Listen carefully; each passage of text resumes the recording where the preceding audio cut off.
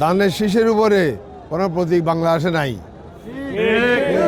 যেই ধান দিয়া খেয়ে পরে আমরা বেঁচে আছি পৃথিবীতে। আজকে প্রতীক বরাদ্দের পরে আমরা অত্যন্ত আনন্দিত যে আগামীকাল থেকে প্রকাশ্য আমরা আমাদের প্রতীক নিয়ে কিন্তু জনগণের কাছে যেতে পারব। জনগণ জানবে কার প্রতীক কি, কাকে ভোট দিবেন। হ্যাঁ, আমাদের প্রতীক হচ্ছে ধানের শীষ। বিএনপির প্রতীক ধানের শীষ, এটাই হচ্ছে আমাদের প্রতীক। ধানের শীষের উপরে কোনো প্রতীক বাংলাদেশে নাই। যেই ধান দিয়া খেয়ে পরে আমরা বেঁচে আছি পৃথিবীতে।